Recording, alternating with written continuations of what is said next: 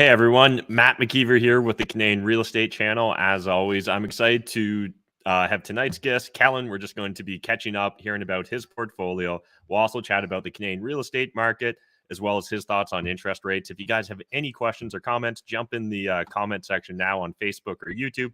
We'll be sure to try and hit all the questions you guys have. But let's jump into it. Hey, Kellan, how are you doing? Good. How about yourself? Good. It's been a while. It's good to catch up here, and we're doing it live on YouTube. Yes. Yeah, no, it's really good. Actually, we haven't chatted in a bit, so it's nice to... I kind of want to hear your thoughts on all this stuff right now, too. I haven't been keeping up enough. I was actually on a social media blackout for over a year there, so I wasn't keeping up with anyone's anything. Awesome. Well, let's... do you remember? I'm literally just Googling it now, but when was the last time you were on the channel? Have any idea? Probably a couple of years, I would say. Well, no, I don't know. Maybe a year and a half, 2 years, something like that. We might have done some small thing along the way, but it's been a while for sure.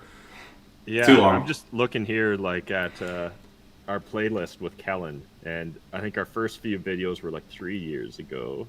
Oh, that's good to know. There's a playlist. That's cool. Yeah. I could maybe share that with people. Yeah. Yeah, it looks like it's 2 been a years while. ago, where we were at the mansion. You were on the couch. It looks Nice. Like it was the upstairs house, so it's been a while, but not that long. But I guess let's hear what the last 2 years has looked like with your real estate portfolio. So I think one of the first videos that we did was like how to retire with real estate investing. There was a 3-part series you did where you were talking about like your 11 properties and accumulation there.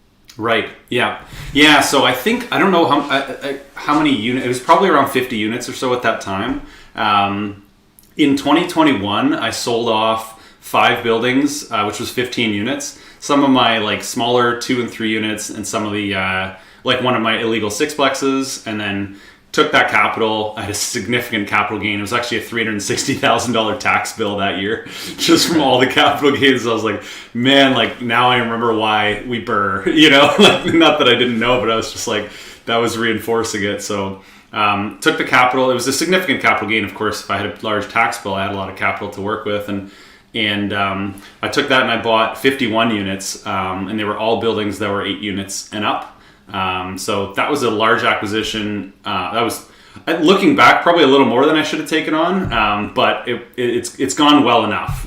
So I picked up a 24 unit, an 8 unit, an 11 unit, and another 8 unit all that year, and still no joint venture partners. And that was a period of time where I put together quite a bit of capital to take on those acquisitions, but I did borrow some as well. And that was a situation where I'd probably would have bought, say, 40 units instead of 50 or something. I bled a little bit over what I'd wanted to in terms of like taking on debts. I've realized now, a lesson that I've kind of learned this last bit is just like where I feel comfortable in the leverage zone, because as we see with interest rates adjusting and going up like significantly, it's like, okay, now I really see how this all plays out in a portfolio. Because as much as I would look at, okay, let's see what a portfolio looks like with interest rates rising, I didn't think enough about how that affects loan to values and how that affects refinancing with banks and all that. So, and just accessibility of debt in general. So some really great lessons learned in this last while, but I did have some good success with the projects thus far. So, and then I sold a couple recently, just a couple of smaller buildings. So, got it. Yeah, appreciate the update. And just an FYI, I think when you tap your desk, your mic's picking it up pretty loud. Oh, okay, thank you. But I'd love to hear realistically what would be the difference between 50 and 40 units. And I personally suspect that it's likely the nature of the units that you got as well. So I imagine if they were turnkey, there's almost no difference really between acquiring 40 and 50 units. It's more when you're doing like deep renovations. Yeah, and the reason I say that is mostly just down payments, right? Like the 24 unit was over $1 million of my own cash as a down payment. So like, it was a lot of capital to gather and put together for these acquisitions. The vast majority of it was my own, which is good. But I would have bought a little bit less, knowing knowing that I'm borrowing the down payment funds for that stuff, and it just brought me into a higher leverage situation than I'd like to be, which I've since corrected for this last while. But it's just like you're kind of spinning your wheels. If like you see what a lot of investors do over the years and years, they've been buying all these properties, and then it's like, what's the portfolio look like? And it's like, oh, I don't know, I've got a few buildings. It's like, what has been happening? Like why does no one actually keep anything? And my goal. My goal has always been long-term, long-term buy and hold, long-term, like actually 20-year kind of thing. And the nice thing about that is you don't need to time the market. You can kind of just, to some degree, not need to keep a super close eye on what's going on in the market. You just need to make sure that the portfolio is cash flowing well enough that you can ride through the downturns, just like we would do with index funds. But if we're looking at higher risk situation, higher leverage situations, then you need to really keep an eye on what's going on in the market, month to month, year to year. And I don't want to keep an eye on that stuff as much. So I want to just take on, say, like one apartment building per year kind of thing, like a 6 to 12 unit building or so, and just scale up what I would consider at this point to be like slow, steady, safe growth. So, yeah. And what's the purpose of like growing more now that you're retired? Yeah, it's a good question. I've realized that I think for a bit there. So 2022 was another great lesson I learned. Was actually, after I took on all those acquisitions, I also spent a good 18 months or something just traveling. So we did Norway, Australia for a month, New Zealand for a couple of weeks, Costa Rica twice, a 1 month van trip out to the east coast of Canada, all this stuff. And I realized during that time, as much as I'm enjoying that freedom and flexibility and that sort of stuff, I actually really missed working. So when I came back, from all this traveling, all I had was this drive to just get to work. And so I've realized that I actually really enjoy a lot of that as a part of my life. Because I went from working being in sixth gear for year after year and just grinding. And I loved that. I was actually having a blast with it. You have high highs and low lows, but it's an adrenaline rush and you're having fun with it. To kind of just okay, rentals are happening, my GC's got it handled, my property managers have it handled, and I'm just traveling. And I was just kind of bored with it all. And so I've realized I actually really enjoy growing the portfolio. And I like the idea as well with just growing a large number of assets under management, just for long-term mortgage pay down, long-term slow appreciation, and just knowing that the assets I hold, I feel confidence in. There aren't a lot of places where I feel like I could put millions of dollars and feel like I'm happy with, I feel happy and safe where that money is placed. There are some, but for me, my own properties that I have control over, as much control as I can, gives me some degree of comfort. And so just to build upon that, I guess more specifically, the goal of building a larger portfolio, other than personal satisfaction by keeping busy and staying in sixth gear, is it about building a bigger buffer? Do you plan to do something with that additional wealth or money, or right now is it just stack it and figure it out later? It's honestly still something I haven't figured out since 2016 when I first started investing. It's sort of just been something where I'm actually, I think in large part, I'm just enjoying the process. And I mean, I like that the process could result in more options for my future. I don't know what those options may be, but for the most part, having money tends to open up options, and I'd like to have those doors available to me, whatever they may be. It's the same reason for years and years I've just been documenting on social media, and for the vast majority of that time I had no asks at all, and it was why are you doing this? Well, I'm actually enjoying the process. I'm getting connected with good people. I'm having fun with it, and I think it's sort of the same thing with real estate. I like working with different people, and as long as they're not JV partners. Exactly. Yeah. Well, what I found is really neat is with the structure I have now with my GC and my property managers is that I feel like I have partners. So I have that camaraderie. We have similar goals in mind. We want turnovers because, well, my contractor then gets units to renovate. My property managers get paid more because the rents are going up. So we all have similar goals in mind. And so it's nice to have that feeling of partnership without necessarily having to give up equity. So I've kind of found to some degree a bit of a best of both worlds so far with that, and where I can still have control over buildings and choose what I want to do. Yeah. I'm just wondering, Kellan, did you share this link with anyone else? Because I just see someone else joined. I shared. Shit. Let me see if so building upon that, you've mentioned a couple times now, project manager. I'd love to just kind of explore that, because last time you were on the channel, likely you didn't have a property manager, if I remember correctly. So knowing that previously you've always been a pretty hands-on investor, what was that transition like? How did you decide it was the right time? And then, if you don't mind sharing, I know people would love to hear like what sort of arrangement, because I imagine that you don't just have a typical arrangement, but I could be wrong. It actually is fairly typical, although I've found a team that I feel really comfortable with. So just a smaller property management company, and I was originally for years kind of considering in the future bringing on my own in-sourced property management team, but I sort of realized, for the salary I could pay one person, I could have a whole team behind it.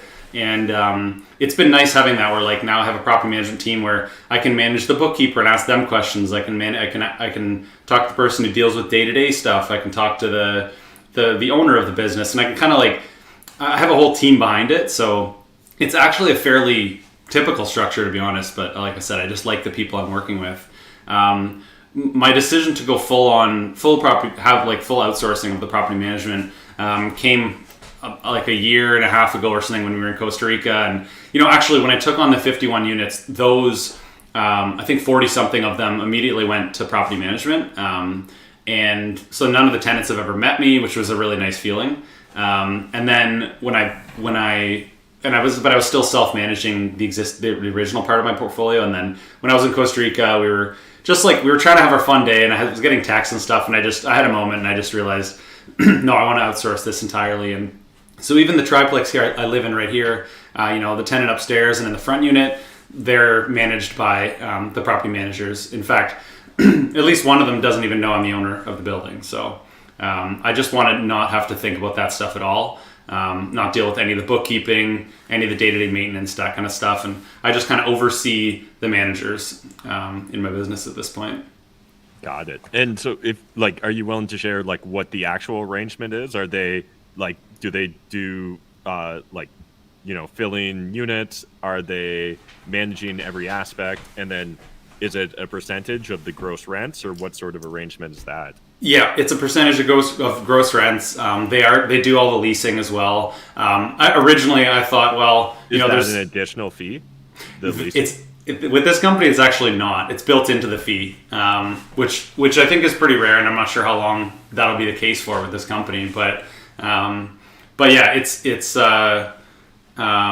they do handle the leasing. Originally, I was considering, initially, like the way I took on the initial onboarding was like, hey, like, show me your potential applicants. I want to look over them, make sure that I'm comfortable with them as well. And then after a while, I realized they're picking good tenants, better than I ever did, honestly. And so I feel really confident. I mean, it's a wonderful thing when you can outsource something and they can do it better than you ever did. It's honestly been like amazing. They're handling cash for keys for me. We've turned over with them probably 15 units kind of thing over the portfolio at this point. We had an 8-unit building that I bought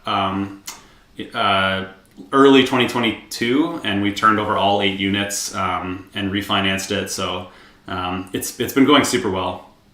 That's awesome. So I guess, what have you noticed other than obviously the hands-free nature of your operations now? I know that Mike Rosehart and I think you've probably discussed it with us as well, the thought that in general, almost no one's ever going to get top rent other than the owner if they're a very aggressive owner. So do you feel like, are you still getting top rent? Do you think, is there a diminishing return there? And then obviously, if there is, you must be comfortable with that trade-off. I've been getting, so like on my apartment buildings, generally $1,250 for a 1-bedroom, plus hydro, and then around $1,500 to $1,700 for a 2-bedroom. We have gotten I got $1,400 for a 1-bedroom recently with them, and it was just because it was a really nicely renovated 1-bedroom.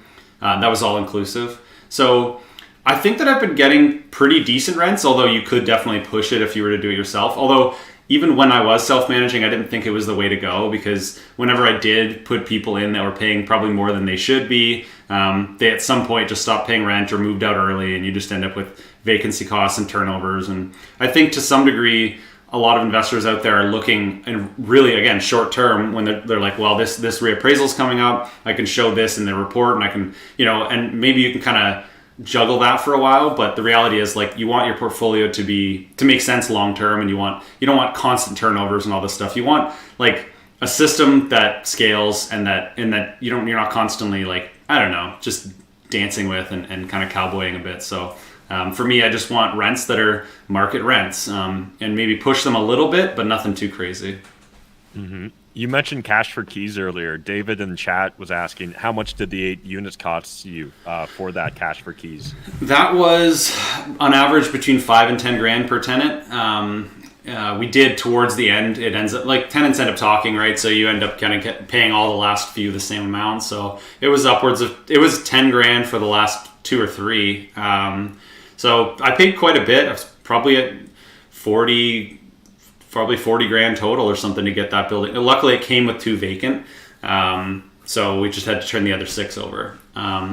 So yeah, quite a bit, but I mean, it all pays for itself, right? Like they were paying 600 or 700. Now they're all 1250.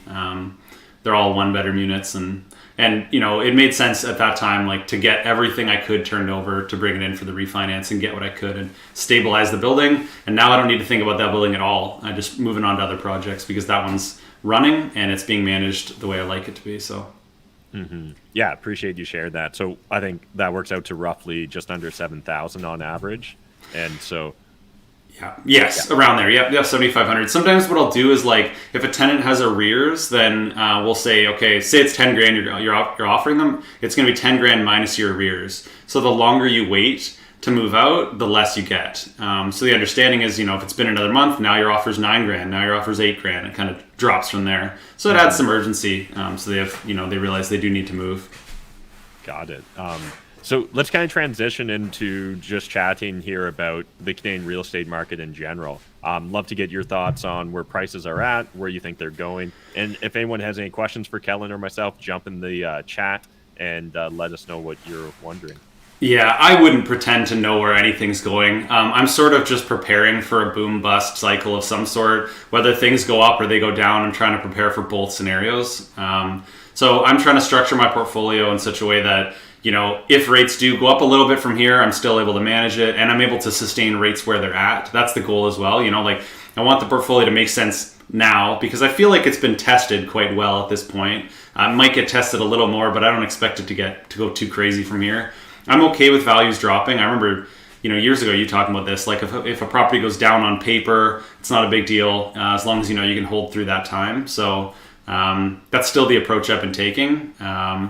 So I'm really not trying to predict where anything's going. I really don't like the idea of having to analyze real estate on a month-to-month, year-to-year basis, other than to know which deals to take on. But in terms of, like, the portfolio I have, again, the goal is to just look at it over a 20-year period, and I mean, it's pretty hard for it not to make sense over a period of time like that.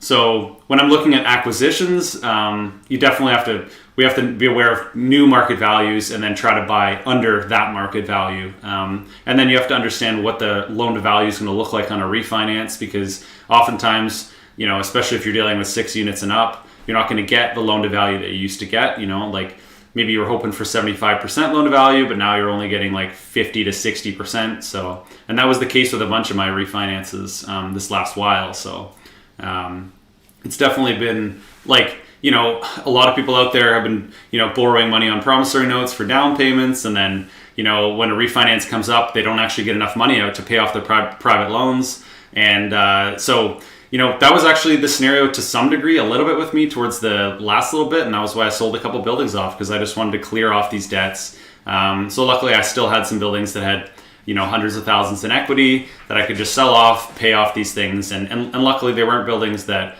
I was particularly fond of hanging on to long term anyway, because I'm really trying to hang on to the buildings that are 6 units and up. So I have very few, maybe a few buildings that are under 6 units left at this point. Got it. Yeah, appreciate that. And so you've chatted about refinances. In these sort of unique market conditions, I feel like there's more volatility or uncertainty. What's the reaction from appraisers, and any tips for people in today's situation on how to approach the appraisers or the appraisal? I mean, it's sort of it's the same but different. So like, we still need to try and pull whatever comparables you can pull.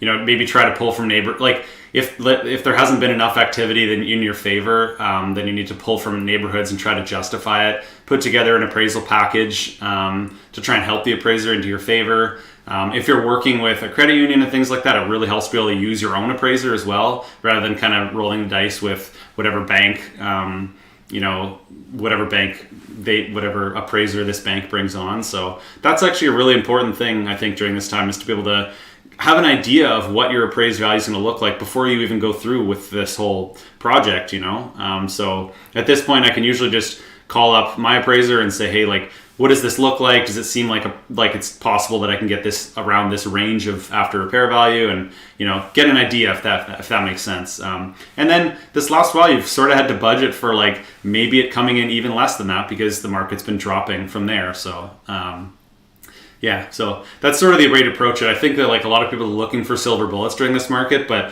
what's really important to know is that we are in a market that's just more difficult to deal in right now, and there's no getting around that.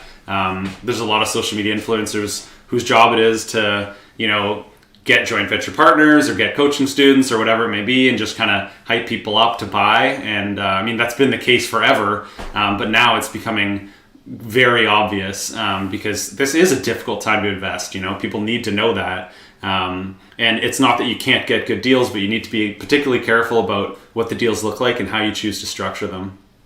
Mm-hmm. Yeah, that makes a lot of sense. And I think that in general, in my opinion, my perspective, it feels like we are definitely in more uncertain times. I think that carries with it greater risk, but greater risk can also bring with greater opportunity, right? So I think that the real key here is, from pretty much when I did the YouTube channel from like 2016 to 2021, I think you could almost pick a strategy and just stick with it and become an expert, and you could just rinse and repeat that ad infinite. Where now I think you need to be more dynamically responsive to what's going on in the market. And I think that, and you mentioned it earlier, stress testing your portfolio becomes so much more important these days. Just real quick, I want to hit a question that Quentin had for us here. But before we do that, what's your interest rates look like? Have you been mainly fixed up until this point in time, or are you mainly variable? I had a few variables. Some of my biggest ones were variable, so I got unlucky there. I would say probably 80% of my properties were fixed, but the few that were variable were my largest. So my 24-unit building, the mortgage went from like 2.7 to like 6.7 or something like that. So that mortgage payment went up $7 or $8 a month. So that obviously, as you can see, would just dramatically decrease the cash flow to the point of being negative. And so even though I've turned 8 of the 24 units over, it's still not making money at this point, which sucks, but it's sort of the reality of things. I know that over a 20-year period, owning a 24-unit apartment building is going to be in London, Ontario, is going to be a good thing. But I need to continue turning units over to get it to a good, stable place. It's not losing too much at this point. And what I did was actually, what's nice about working with credit unions is I laid this scenario out to them and said, look, I've done everything a competent investor could do with this building. I bought it under market value. I've turned 8 of the 24 units over. All of the renovations we've done have been strategic. But the mortgage has gone up $8,000 a month, and so it's losing money. Can we convert this loan into an interest-only mortgage? And they actually accepted it after putting together a bit of a business case for it. So for the next 12 months, the mortgage is interest only, which drops the mortgage payment $3,700 a month. So that's kind of the nice thing about working with credit unions, I've found, is that you can kind of lay out your scenario, and sometimes they'll be fairly understanding of the situation. It's also the reason I'm not particularly a fan of like the commercial CMHC type stuff, although I'm not super well versed in it. Anything that I've talked to probably half a dozen mortgage brokers about it and directly to lenders about it, and from everything I've gathered, it doesn't seem like a great option for as many people as it's pitched to. Yeah, definitely agree with that. And I think in general, what ends up happening, particularly with CMHC financing, is that, you know, investors are looking for a silver bullet, right? And particularly like I think newer, younger investors, right? They just want to find one hammer that will smash every single nail or object they come across. And Yeah. it ends up being like, no, like a lot of situations, the devil's in the details here. And so it really comes down to the individual scenario that you're looking at with your property. And I think that where people sometimes get themselves into trouble is not thinking long term enough, right? And like, honestly, you could get in a time machine, go back to 2016, talk to myself, Mike Rosehart, yourself, any of the people that were kind of in our circle. And I don't think any of us would have predicted how our portfolios grew and No. how the market would evolve. And again, it just comes down to being like plugged in and dynamic and responsive to what's going on. And Yeah. so I think what ends up happening is sometimes people like kind of copy pasta a strategy just across everything and max out just on that. And the moment any variable changes, all of a sudden they find themselves in a lot of pressure, right? So someone that was all variable interest rates, not that long ago would have just got destroyed, even though theoretically it was the smart thing to do. And I know that we talked about in previous podcasts that all of us seem to always want at least some fixed, even though we knew that, like, intellectually speaking, it was probably the optimal choice to go variable. Yeah, yeah, and I think you're right about people to still to this day using the same strategies they were using a year or two ago, even though we're in a completely different market. So it's so important. Like I mean, we're seeing crazy amounts of money that people are raising, and I mean, it just reminds me of like Gary Vee talking about like raise money, like make money, don't raise money. And I'm not particularly a fan of like what's happening out there in that space, because I took on a decent amount of private loans just through prom notes from friends and fellow investors, and I've since unwound the vast majority of that by, refinancing, selling a couple properties, paying a bunch of it off. But like, I was in a situation where the deals I had were really great. I've owned them for years. They had hundreds of thousands in equity. I could just, I could unwind the debt. But even still, it was a journey. It was like a 6 to 12 month journey, because I realized this about a year ago, and I was like, well, I'd like to start planning ahead here and make sure that my portfolio not only makes sense over a 20-year period, but makes sense month to month. And so I think that to some degree, the strategy in the past was raise as much money as you can, buy as much as you can. And when debt costs more, that strategy doesn't work quite the same way. But people are applying it in the same way. So I really recently have been sort of urging people who are on the borrowing side of things to be very cautious about how much they're borrowing, because borrowing money is not a win, especially not with the rates that we're dealing with right now, and especially if you don't have a plan for how to pay that out. And the plan should never be, I'm going to pay it out by borrowing more money. But that's the reality of a lot of investors right now. And then on the lending side of things, of course, people need to be extremely cautious with how they're lending. Generally, I would only recommend first position, maybe second position if you really know the investor you're working with and kind of see that they have a plan.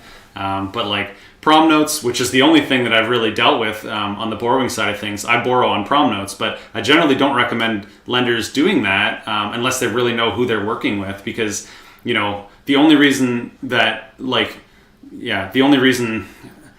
it's worked out with me is because, well, I've approached my portfolio in a competent manner. But if the people you're loaning to haven't, then, I mean, you might never get that money back, Yeah, I definitely hear about that more and more these days, even though I'm not that plugged into the real estate scene. But certainly I think a lot of people are starting to understand what unsecured debt actually is. And, It's not secure. Yeah, and promissory notes usually going to land pretty well at the bottom of most creditor lists. And if someone finds themselves in default, there's a good chance that you're not going to recoup that money.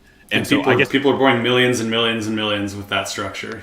Well, yeah, and so that's one of the things where when we're dealing with like smaller or medium-sized real estate investors, there's no disclosure there, right? So like you don't actually know like how many promissory notes has Kellan racked up or random investor racked up here. And so again, you lending $10,000 or $20,000 on a promissory note maybe doesn't sound that risky if the person you're lending to drives a flashy car or whatever. But if they've done that 100 times. How do you think they afforded the car? Right, that's a lot of debt that's out there. And I think that for a lot of people, particularly younger than us, big like they grew up in such a financially perverted system that they thought that interest rates would trend to zero, right? Like, as in, like, we were literally just going to turn Japanese or Scandinavian and start almost having negative interest rates. But let's jump over to Quentin's question here. So, how would you define a good multifamily investment in today's market? Yeah, so that's going to be really dependent on who the investor is and their situation. So if someone's in a situation where they have no money, just quick, Alan. I think that that's almost like the generic answer. Oh, I'll get deeper. Okay, because let's then talk about what you would do. Of course, yeah. So, but if you're the type of investor who has no money, I generally wouldn't recommend going and borrowing a bunch to get your first deal right now. I would probably save up until you can take something on.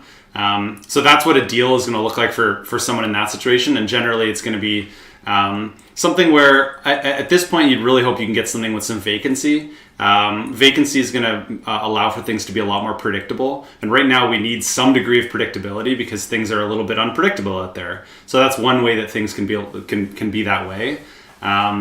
Otherwise, it needs more than ever needs to be there needs to be opportunity for forcing appreciation, like significantly, and ideally with very little in renovations. I think people still to this day are viewing forcing appreciation as these massive renovations, when the reality is, ideally, maybe a deal looks like right now a 4-unit building. It's got 1 or 2 vacancies on the acquisition. You can maybe turn at least one more of those units over with cash for keys. You can force appreciation by doing some very basic renovations, painting and doing some little things like that, re-renting the unit. And even if you don't get max market rent, maybe you get $100 less than what you'd get if you were to do a full renovation, but you've spent tens of thousands of dollars less on the property at this point.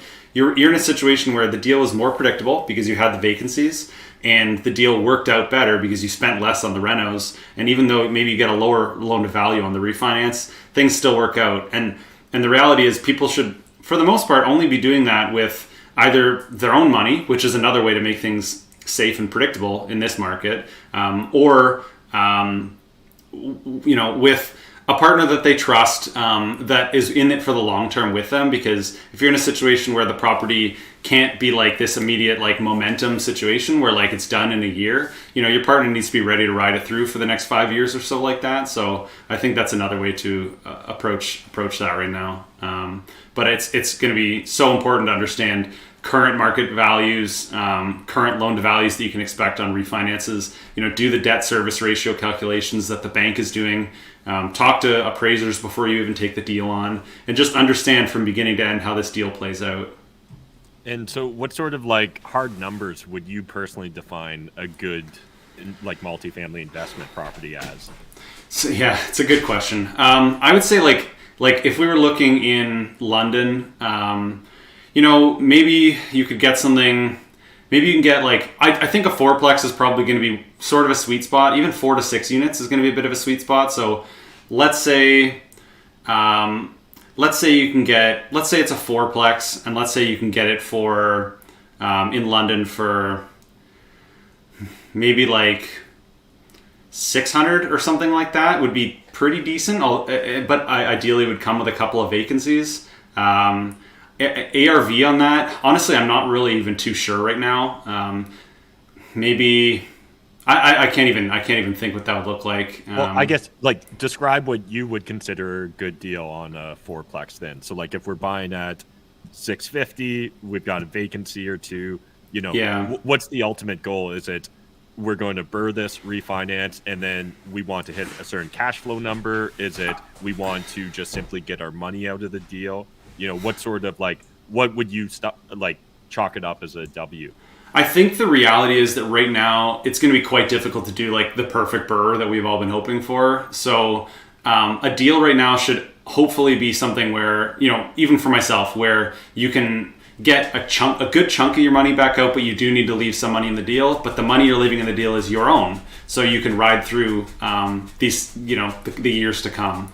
Because the beauty of this market that we're in right now is you're able to buy for so much less than you were able to buy for in the past, but it's going to be harder to get your money out, and it's going to be harder to cash flow. So a lot of the value you're going to get is in the long run, when things, do improve. And we're talking maybe 5-10 years, I don't know. But, it's going to be hard to make sense of things month to month in terms of cash flow and in terms of just the deal itself pulling, you're going to have to leave some money in the deal more than likely. More than likely, your return on investment month to month isn't going to look particularly exciting, but you're able to buy something for, say, $200,000 less than you could a year ago. And, ideally in some point in the future, you'll be able to realize that $200,000. And I think at this point, it's equity plays that people should be looking for, long-term equity plays, which is interesting because it's not something that we've ever particularly been fond of, is like, let's buy for appreciation. But when you're able to buy something right now for so much less than we could have a year ago, and you can make sense of it with current interest rates, I think you're doing pretty good at that point. If you're able to buy under current market value and make sense of it month to month, to some degree, I think that in the long run, if you have a building that you're happy to own for a long time, it could work out well. And it's all equity plays at this point. Got it. Yeah, appreciate that. Because again, we both will agree on this. I think that, when it comes down to what is a good deal, it's always going to be personal to the investor, their goals, the situation they find themselves in. But I think we also know how frustrated newer investors get with that answer because they want to hear more of a definition. And so I guess as far as where those deals are, for the last couple of years, I think that most sophisticated or experienced real estate investors would have said it was pretty hard to get a deal on the MLS. Do you think, is that still true in today's market? Has that dynamic changed? And, where would you be turning to find good deals? I would say MLS is actually a pretty interesting place to turn to currently, because there's a lot of stuff that sits for quite a while. I still think a good strategy at this time would be to be sending in quite a few offers on MLS properties, low offers. I mean, the 8-plex that I got in early 2022 was $150,000 under asking on the market. I bought it for $600,000, an 8-plex. And I know that was a different market, but I mean, that was a hotter market. So the reality is you could probably force people's hands even more right now because for the most part, people selling right now are only selling because they have to. So the reality is if you send out even 10 offers, there's a decent chance that a few of those are in a situation where they're really considering your offer, even though it's low, because you're their only offer and they need to sell. So, for years we were looking for motivated sellers. Well, almost anyone on the MLS right now is motivated for the most part. So you're sending enough offers out there and you'll likely come across something at some point. But in terms of off market, I mean, we're still seeing wholesalers having some decent luck locking things down. It seems like more of the challenge is actually finding buyers. And that's flip-flopping month to month. It seems, sometimes, it's one way or the other, but, on and off market, both are legitimate strategies. But for the reality is for most people, they're not going to put the effort in off market. That's what I've seen year after year. It's just, you tell people all the things they need to do to find an off market deal, but they try it one evening after work and then that's about it. So unless you're actually going to follow through on an off-market flyer campaign, you're actually going to spend, weekend after weekend door knocking. You're going to specifically hand flyers out in certain neighborhoods. You're going to look up the owners of properties. If you're going to do all that stuff, amazing. But the reality is most people aren't. So the lowest hanging fruit is going to be lowballing on MLS deals. Mm-hmm. Yeah, I definitely think that the MLS presents a lot more opportunities than it would have, just a few years ago. And I think that off-market deals right now or private sellers, the hardest problem I think the average investor, particularly new investor, is going to experience if they decide to go after private deals right now by door knocking or flyer campaigns or just, direct outreach techniques to owners of properties, is that a lot of owners today are still going to be sticky to yesterday's prices, right? And so I think that that's the one real struggle that you're going to come against with private sellers, particularly if they weren't already thinking of selling. And a hot market or a rising market, it's really easy to make a seller's day or turn an owner into a seller when you're like, hey, I'm willing to offer you this, and they bought it for X, a handful of years ago, and all of a sudden they're looking at potentially a big gain there. Whereas a lot of people that bought over the last couple of years, they might be looking at just kind of walking away, break even. And that's a lot harder for those individuals to do.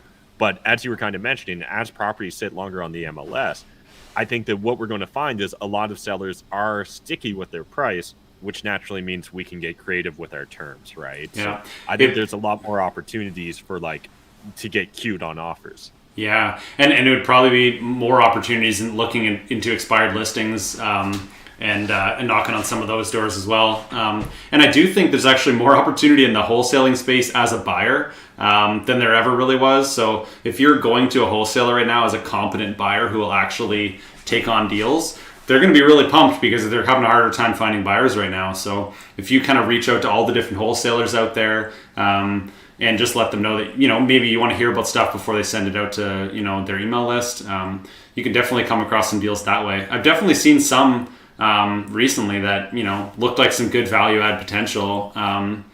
With spring coming up, hopefully getting vacancies becomes a little bit easier as well. So I think reaching out to wholesalers is actually a pretty decent thing to do at this point.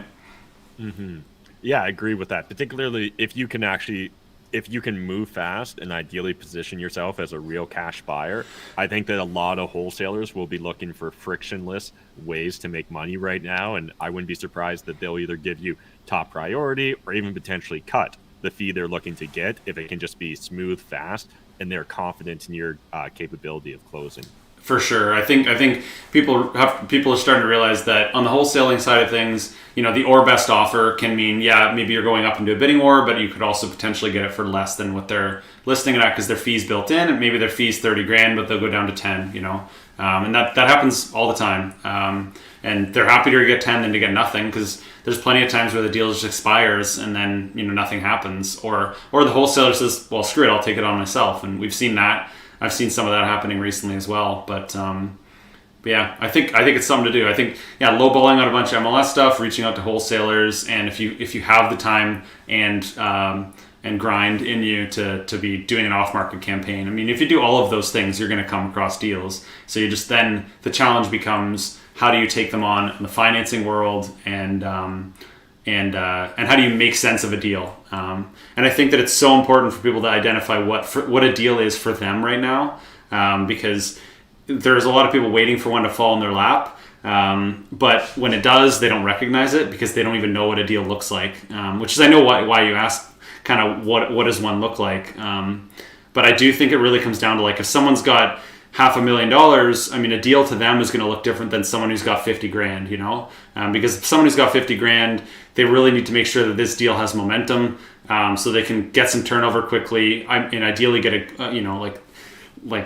try and get a chunk of their money out so they can try to move on to the next deal one way or another. But if you've got $500,000, maybe you can take on a few properties, and they don't necessarily have to be these things that have massive momentum right now. But in a 5-10 year play, they make a lot of sense. So I think that's where it looks different to different buyers. Got it. Yeah, appreciate that. I see we've got a question here from KSR. This is one that, anyone that's answered real estate questions in the past is very familiar with. How would you really structure a 0% down deal? Would it be interest-only mortgage from the initial lender and adding a sum of the profit? How would one go structuring a deal with a PL, I assume private lender, without a JV? I'm just going to rapid fire hit this, Kellan, and then if you want to fill in anything. So first things first, I don't think that in this market in particular, any lender is going to be crazy enough just to straight up allow you to do a 0% deal. If you've truly found the greatest deal of all time and, you're at like 10% loan to value, maybe they'll actually let you do a 100% financing of the purchase price. I think that any realistic 0% deal is going to be with the seller. And so it's going to end up being someone that either owns the property outright or they only have a small token amount on their mortgage remaining. And that's going to allow them the flexibility to become a private lender. The only reason that they're going to be willing to do a deal like that, in my humble opinion, is because you're going to make the terms so attractive to them, right? So it probably means you're going to pay more than what anyone on the open market would be willing to pay because those finance terms are just going to be so much stronger than anything else you would come across, right? Because again, we're talking about like ideally truly a 0% skin in the game sort of deal. And the only other situation I think you're going to find where someone's going to be willing to do that is if they're in a terrible situation with a terrible property. And so like they know that they've got a landmine or a hand grenade with the pin pulled and they're just tossing it to you, right? So they're like, yeah, if you're willing to buy this commercial property, without an environmental, we'll do 100% finance. That should I swear actually there be a wasn't a red flag. laundromat here before. I swear this wasn't a gas station. Those are only vanity pumps out front. But, Yeah. I think that outside of those scenarios, it is truly difficult to find a 0% deal, particularly here in Canada, right? In the US, depending upon your individual state, it might be a little bit more of a social norm where you can get aggressive with private lenders and stuff like that, or sellers. But I really think it's an uphill battle in the best of times to try and do a 0% down deal. And I don't see why it would be any easier in today's market. But what's your take there, Kellan? Yeah, I mean, I haven't, like, in terms of 0% down, it's not something that it's not really been a goal I've chased. It's more of like a zero out of pocket after a burr. That's always been kind of the goal. But initial acquisition, I mean, I've almost always been out of pocket a chunk of money. And I think that's the safe way to approach things is, using your own money. And if you don't have your own money, then, working hard in your job, living frugally, saving up, and then trying to make sure that each deal you get is a good one so that you can take this slow and steady over years and years, if you're like, how many deals are you going to take on with zero down before you're completely swamped in debt, The big question becomes, if you can only do 0% deals, why is that, right? Is it either that you're incapable of saving up money, or you're incapable of pitching a potential like JV or, a private lender to really understand what you're doing here, right? And so, again, like in theory, you could do a 0% down deal with, a traditional mortgage lender, and then you could borrow the down payment if you're comfortable with mortgage fraud. But one thing I would warn people is, again, in very hot markets, I don't think that lenders and bankers are paying as much attention. I think that in this environment, I wouldn't be surprised to either see crackdowns in the future from regulators or just lenders. Again, look at SVP, right? And what went on with their real estate holdings as well, right? And the impact that had on their solvency. So I guess, again, I would just caution you to not think that 0% down is a silver bullet, that all of a sudden, once you figure that out, you're going to be able to amass a giant portfolio. Because again, I think you might be able to find edge case scenarios where you could make that work, but it's definitely not going to be an easily repeatable strategy, in my opinion. Yeah, and it's a question you see often, and people try to figure out ways to answer it, when the reality is it's not how a lot of us have approached our investing journey. It's not how a lot of successful investors have approached their journey. Right, yeah. And we try to find ways to answer it because the question is there, but the reality of it is intellectual curiosity. Yeah. But for the most part, you're getting quite leveraged at that point, and even if you could do them 0% down all the time, it's not necessarily the right way to approach this. You'd end up taking on, like, if you could right now borrow $1 million at 12%, would you? And it's like, what is it going toward, and how are you planning on paying that money out? Are you going to borrow that 12%, use it as your down payments on a bunch of buildings? Okay, how are you going to pay out those loans at some point? Like, just because you have access to this money, like, that's just step one, and that's not the win by any means. The win is in the deal itself.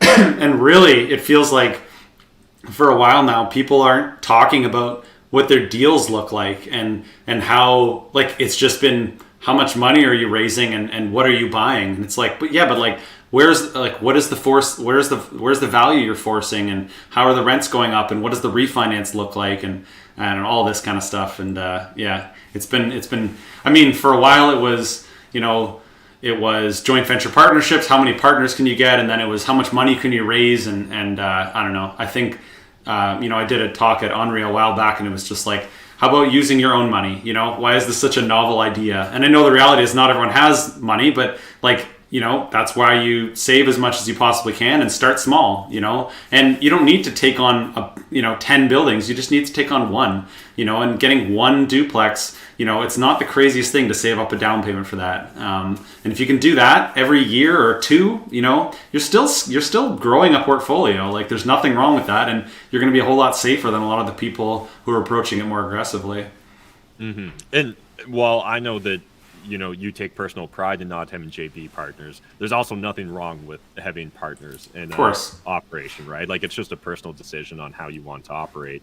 And, very rarely does a business scale significantly without outside capital, right? And so whether that's, shareholders, investors, joint venture partners, or whether that's lenders, and oftentimes it's going to be some sort of blend there. So the other thing that's important, I think, is, in my opinion, if you can do a successful deal, and again, you kind of get to define what a successful deal is, but in general, it's going to be like you either made significant equity, you've got significant cash flow, right? There's something very tangible that you can show someone. Once you've got one successful deal under your belt, you can use that as social proof, right? Or create social capital and be able to, highlight to private lenders or to potential joint venture partners why you're capable of repeating this process. Where again, I think trying to like go in and say, do your first deal, 0% down, no JV partners, all that, I think is a very uphill battle where you're almost handicapping yourself because again, you're going to be chasing these weird edge case scenarios that is going to be like trying to find a needle in a haystack. Yeah, I think that the point I haven't properly articulated is that it's okay to have skin in the game. Not every deal has to be none of your skin in the game. It's all bank money and other people's money and none of your money. And it's like we are going to outside. We're already borrowing 75% of the money from banks. And maybe like we don't necessarily have to have situations where 100% of the money is borrowed. It's okay to have some skin in the game yourself as well. Because the reality is a lot of people are doing this in corporations and stuff as well. And I don't know how that all shakes out, but like, there's lots of people, there's been multiple situations where people will go bankrupt and that money's gone, so I don't know. It's okay to have skin in the game, and as a lender, it'd probably be really nice to hear that, that the person you're loaning to also has some of their skin in the game. Because at the end of the day, by having skin in the game, right, by making a financial commitment to the investment, one, you're showing a certain degree of commitment yourself, right? But also it means that you've saved up that capital, or you've managed to get it from some source, which again, it highlights, at least if nothing else, that you've got a mild low time preference, right? You were able to like pass the marshmallow test a few times, and you didn't go every chance you had to all-inclusive trips to Cuba, right? You at least saved up a little bit of capital. And again, honestly, if I was a private lender on a deal, someone coming with even 5% and pitching me versus 0% down on a deal, like at least you might consider it, right? Yeah, or exactly. Like the fact that they're like, I don't want to put a penny into this. Again, for a lot of lenders, even private lenders that are willing to take on, sophisticated risk or risky propositions, it feels like a big red flag. But anyways, I don't want to belabor the point on just that one question.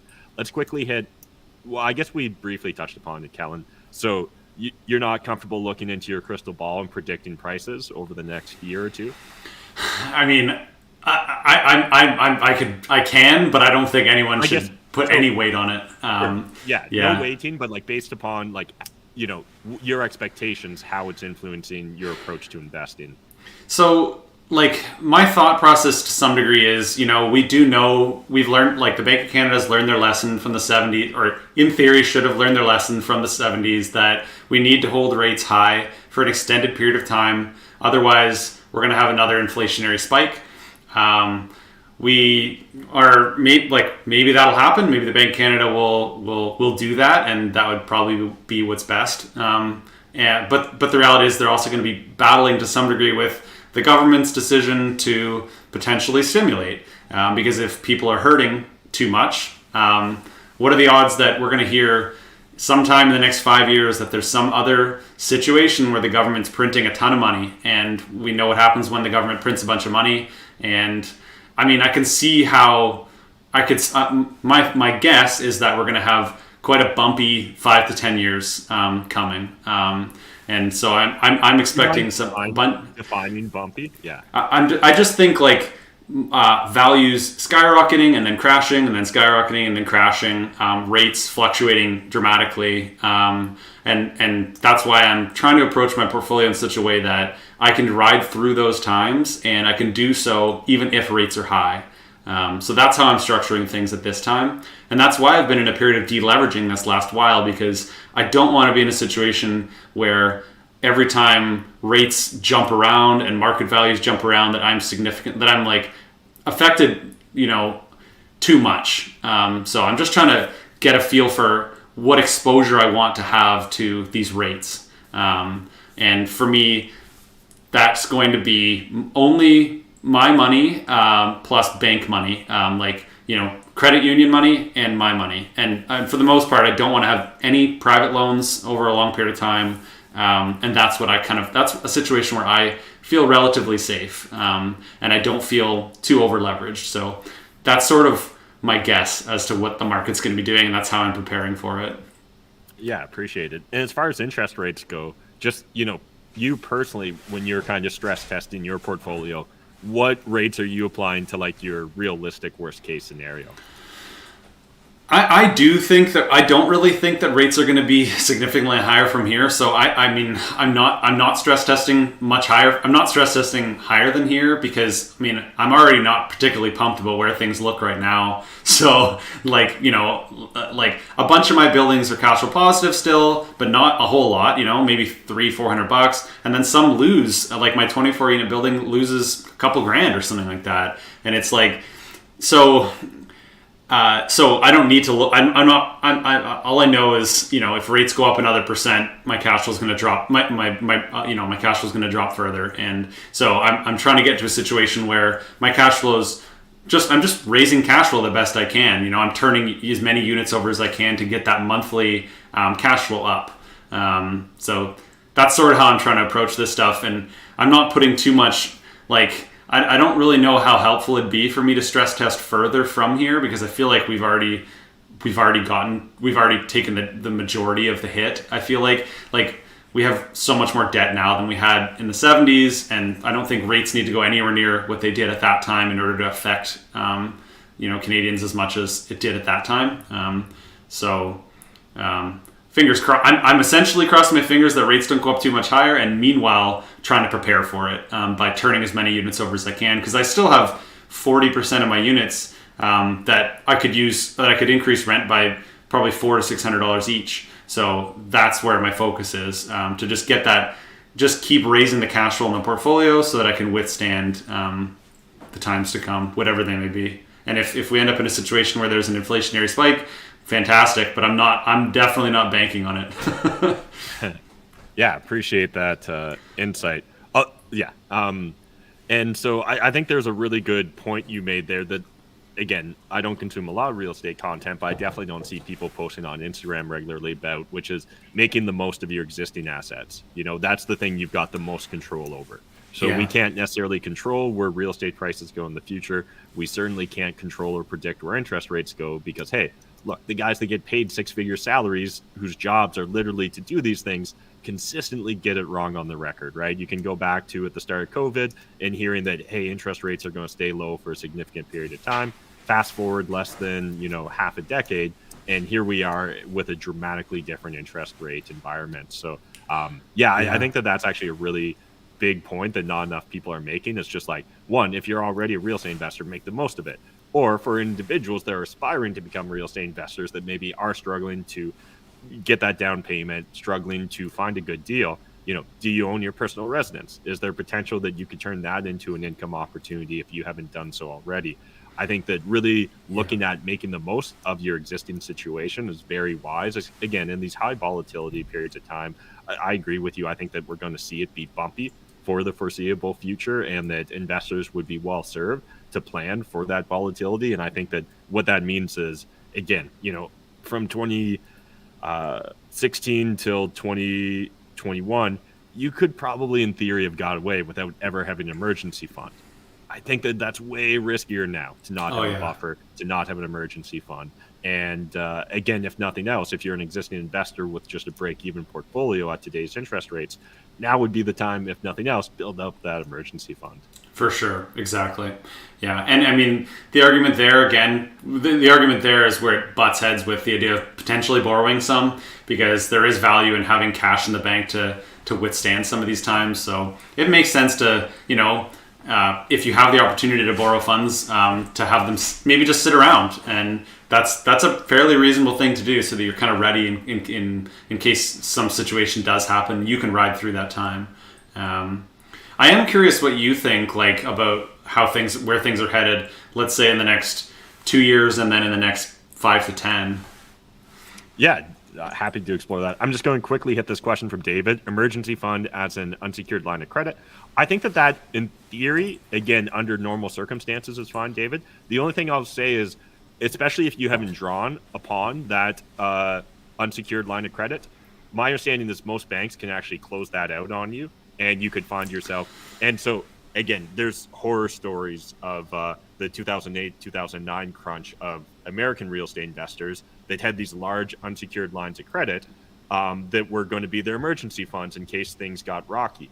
And what happened was the moment the unusual circumstances of the credit collapse occurred, those just disappeared, right? Or they were frozen, or there's complications at the bank. So the only thing I'll say there is, I personally would still want some like literal fiat currency in my bank account or under my pillow or whatever makes you most comfortable with that emergency fund versus just having an unsecured line of credit. If you do have an unsecured line of credit, if nothing else, at least draw a little bit of money on it, just because it keeps it active. So there's a lower chance that they're going to close it on you out of the blue. Yeah, and purely based on advice you gave me years ago, I did that, and the advice continued as withdraw it and put it into a different bank, so that you have complete control over this, or more control over the situation, because that way they can't just take your money and pay off the line of credit and close it. Mm-hmm. And so I'll circle back to your questions there, Kellan. Over the next 2 years, so in 2025. I wouldn't be surprised if 2025 actually frustratingly looks a lot like today. I wouldn't be surprised if we've done some ups and downs. I think that particularly even just what we've seen, I've been tracking it very closely the last week and a half here with Silicon Valley Bank and some of the other banks that became insolvent, and even the rumors around Credit Suisse, right, that we're seeing play out right now in real time this week. I think there's an insane amount of liquidity in the market. And I think that it hit unprecedented levels during COVID. And I think that what ends up happening with extreme levels of liquidity is that the individuals that are the custodians of that capital become desensitized to risk, and they don't appreciate that capital or respect it to the same lengths as they would under a tighter circumstances. And so what ends up happening is like silly, weird, risky bets. And as companies continue to have to like deleverage or prove their solvency, and particularly like looking at large banks, I think that there's a chance that we see a lot more volatility in the banking sector. And I personally think that we've seen time and time again that the powers that be, the governments, they have such a low or such a high time preference that they will do whatever they need to do today to fix today's headlines, regardless of the consequences to tomorrow. And so I wouldn't be shocked if we see interest rates actually drop, in the next couple of months. Exactly. And then if fast forward 6 or a year, we have to go up again because inflation's spiking. Yeah. And I think that this could be honestly a very silly period in time when it comes to world finance. And I think I personally expect a lot of volatility. I think that theoretically, real estate prices should continue to trend down in Canada. I don't think that that'll happen, though, personally. I think that, again, the Canadian dream, the idea of owning a home, is so indoctrinated to the average individual, and particularly the average voter. And it's such a significant thing for politicians to hit home on that I think they'll do everything to keep real estate unaffordable by keeping prices up so that existing real estate holders and homeowners don't feel like they've had their life savings destroyed, because for the average Canadian, that is their retirement fund, right? And I think it'll be interesting to see what plays out, even with the controversies right now going on in Canadian politics with CSIS, right? And the CSIS leaks around China and Chinese influence.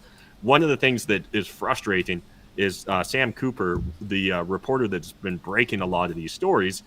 He wrote a book a long time ago called Willful Blindness. It's the book I've given out the third most copies of, right? So I've given out dozens of copies of that book. And yet no one's actually talking about the bigger picture here, right? Everyone's chasing after just the headline of like, are the Liberals bought off by the CCP? Spoiler alert, probably, but it probably turns out most of your politicians are. But when you dig deeper into it, you start to really understand it's not just politicians, right? And Sam Cooper lays it out excellently in his book. It's, casinos, it's real estate investors and developers, and there's a lot of shadow capital tied up in the Canadian real estate market. I think that trend will continue. I think we'll continue to see,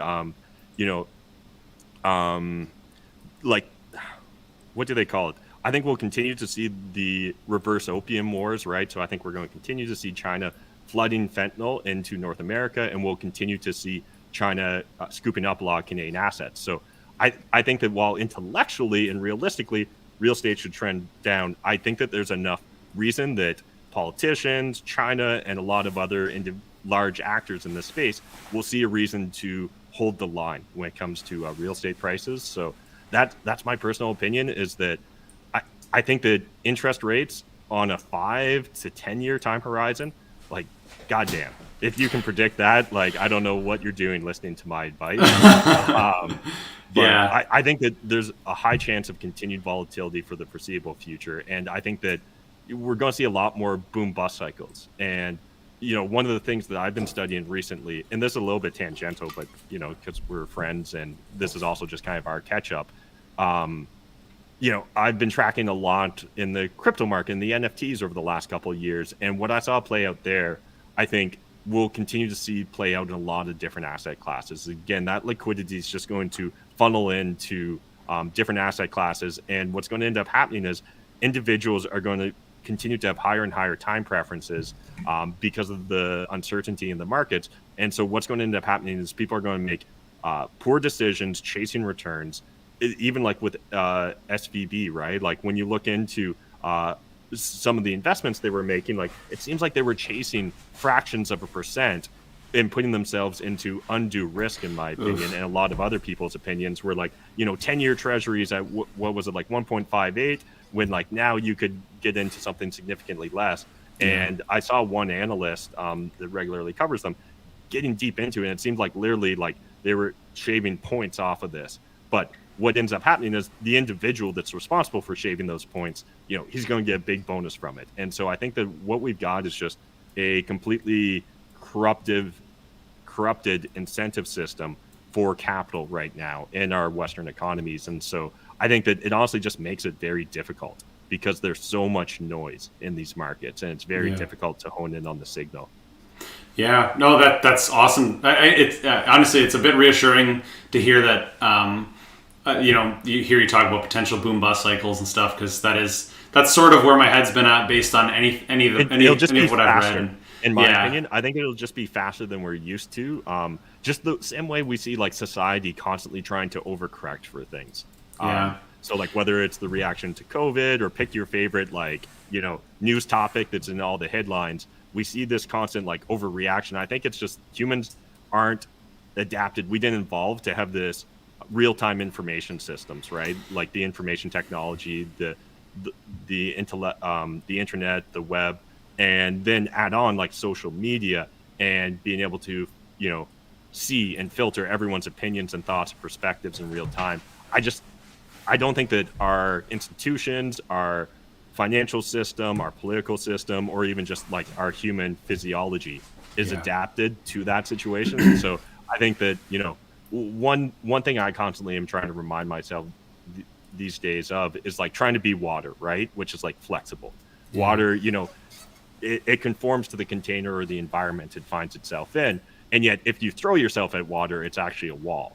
And I think that that's a very wise approach a lot of individuals could take right now is, being flexible and again, like dynamic or reacting to the facts as they come in, while also just making sure that like you've prepared yourself for realistic worst case scenarios. Yeah, I like that. And I think that my gut feeling and just based on and logical decision making over the coming years is going to be, even if we end up in scenarios where great, now you can access significant loan to value again from the bank, you can pull out all this liquidity, rates are down, your cash flow's up, I'm personally still going going to be cautious about how much of that debt I take on, because I need to prepare myself for another potential bust. Yeah. Because I think, I mean, and that's thinking a few steps ahead, but I mean, but I play chess now and I'm trying to do that. So yeah, like whatever analogy you want to make in regards to like our modern form of crony capitalism, our financial system, like,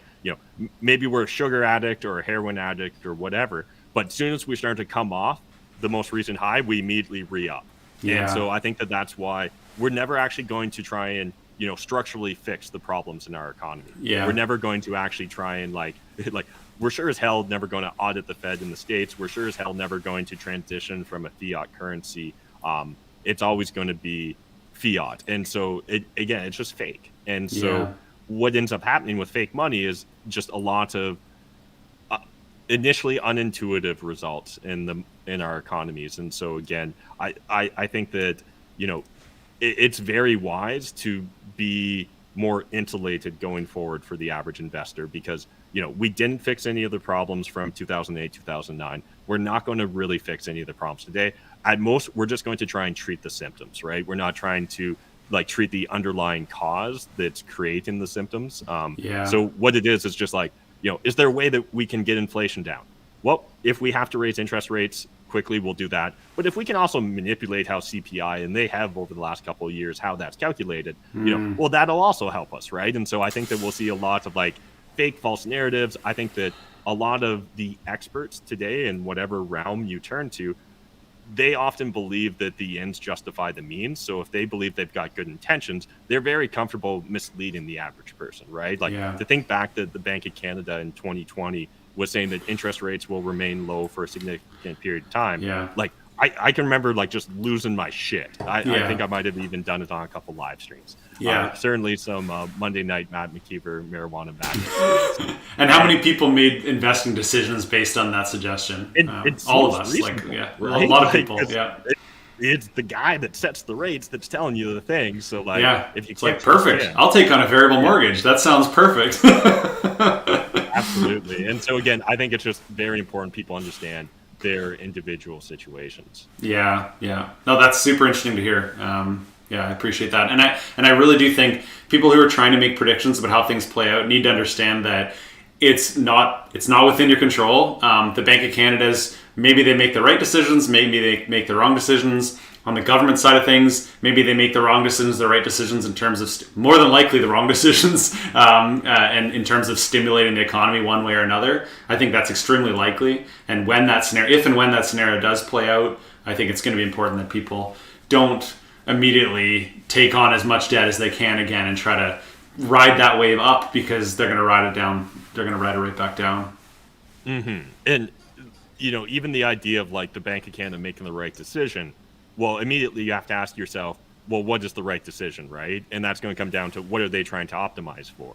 And never, let's just be honest, never are they going to be fully in alignment with your personal investment philosophy, right? So they're optimizing for something completely different than what the average Canadian, or certainly the average Canadian real estate investor is focused on. Yeah. Awesome. Well, been good catching up, Kellan. I don't know if there's any Likewise. other topics you want to hit upon, but before we wrap up here, if people want to follow along with you on your real estate investing journey, if they want to reach out, where are the best ways to do so? Yeah, just on Instagram at this point, although I need to get onto all platforms, and I am planning on that at this point. But Kellan James on Instagram. My website is kellanjames.ca. And maybe soon I'll be on Twitter and TikTok and YouTube Shorts and stuff, and YouTube again. I am planning on that. That's a goal of mine this year, so maybe I'll be around more. Awesome. Well, hopefully TikToks are relevant before you get around to joining it, but we'll see how that plays. It'll just be reposted the same content from Instagram Reels. I won't be dancing. Well, yeah, appreciate you joining us. I'm just going to drop you off here quickly, and I just want to chat briefly here with the channel. But again, really appreciate Kellan joining us for this episode of not really Real Estate Roundtable, because it was just the two of us, but hopefully you guys enjoyed it. If you did, smash the like button, hit subscribe, all that good stuff. And just a heads up, I'm going to be wildly inconsistent when I do these lives here, guys. So we'll just have to be water and be flexible with it. So appreciate those of you that joined this live stream, those of you that have joined previous live streams, and those of you that will join future live streams. But right now, I just know that I'm not in a position to commit to weekly live streams. So every now and then we'll be live on Wednesdays, but probably not all the time. All right. Well, appreciate you guys. We'll see you in the next video. And yeah, just be careful out there. There's a lot of volatility.